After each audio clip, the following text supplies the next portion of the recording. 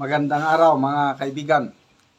Pag-usapan pa rin natin ngayon ang naganap na rally kahapon, yung pro-impeachment rally. Ako, hindi maubos-ubos ang reklamo ng mga nag-attend sa rally na ulanan na sila dahil bumuhos ang ulan. Ang masaklap, yung pangako na 1,000 pesos na ibayad, naging 150 na lang yung iba wala. Grabe, mga senior citizen pa. Ito, pakinggan natin itong vlog ni Pinoy Views and Opinions at dagdagan natin. Sa ulan. Kawawa naman mga kababayan.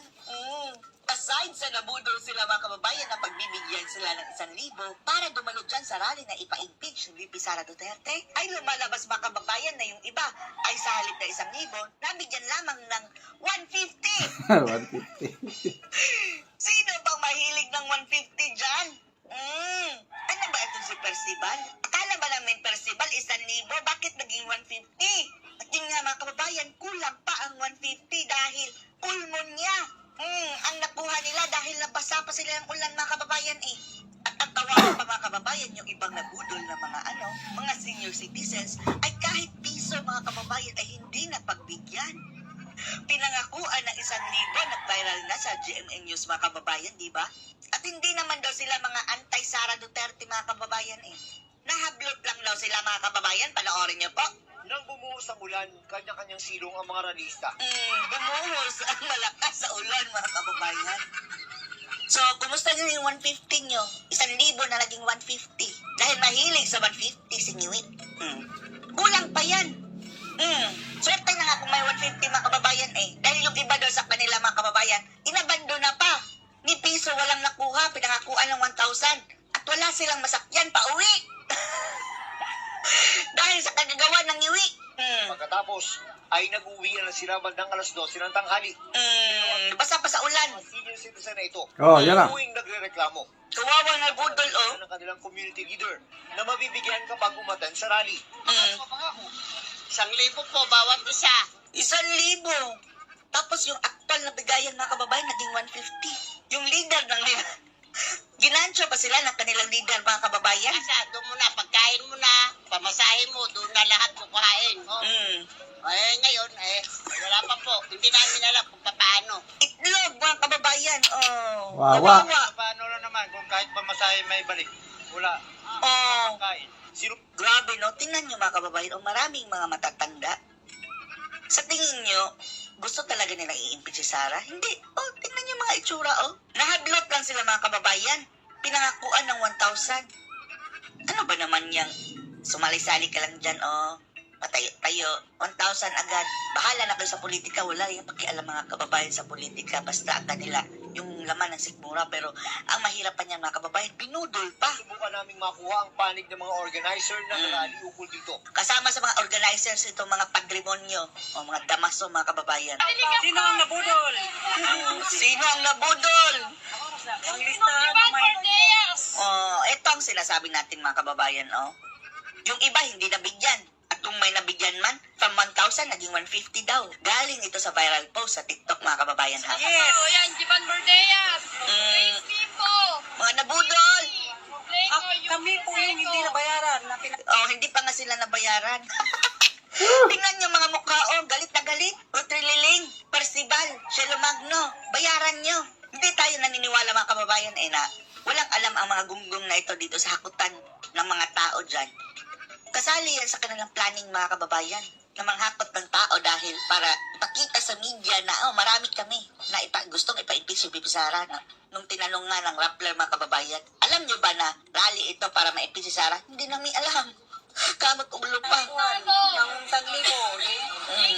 Mga kagunian na sino man yan naman. Pinakuan. 1,000 daw. Dito na kapin nyo. Walang 1,000. Walang 1,000. Binudol. Walang tubig. Walang tubig. Mahina. Sabi ng mga ngiwi, mga kababayan, ng mga organizers, ay, umulan naman, ayan tubig. Inumin nyo na lang yung tubig ulan. Butong. Butong! Kawawa. Ay, nako, malayong-malayo sila sa Iglesia ni Cristo na very organized, na klaro ang kanilang objective. Alam nila bakit nagpunta doon. Okay? So, paano na yung hinakot nyo? One way pala mga kababayan? One way trip. Hindi na bigyan, wala pa basahe. Maglalakad ka pa pauwi. Oh. Kawawa itong mga nabudol. Ito ginamit niya na, oo. Ito, supported po ba kayo ng mga Duterte? Papakisuporta ng mga Duterte, mga kababayan, oh. Oo.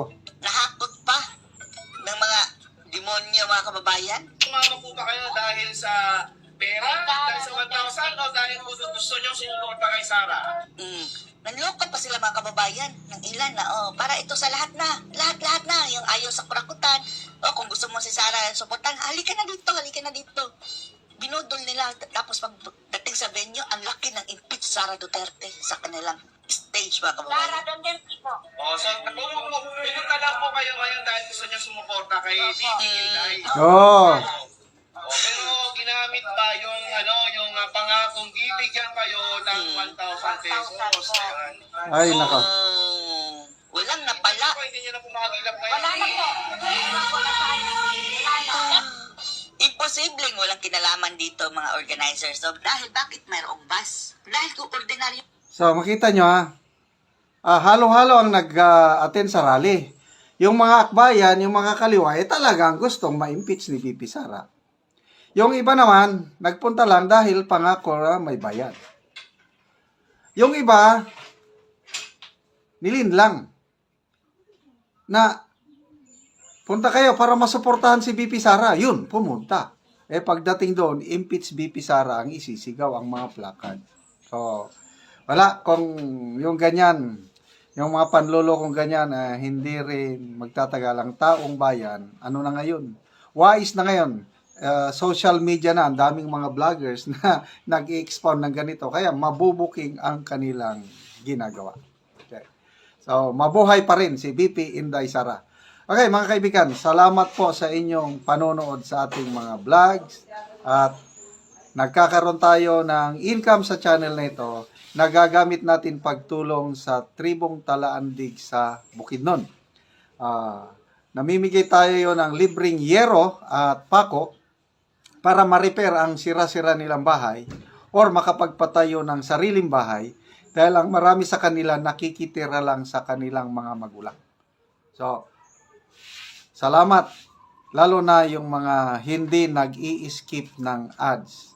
At kabahin o kabalikat kayo sa pagtulong sa tribong ito. Panoorin ang video. Ano ni siya ang balay nga diri sa tower pod nga kuan gitaod na nila ilalang giatop apan ilang nakatop na sila og ila pagyo gibaguhan ang ilang salok atop og salok ilang gibaguhan og naa diri lagi ila nang gilumpag ang ilang salog kay ilang ilistan og bago kay guba naman lagi nga balay og karon mo ni ang ilang atop bag-una pareha sa unang guba na siya.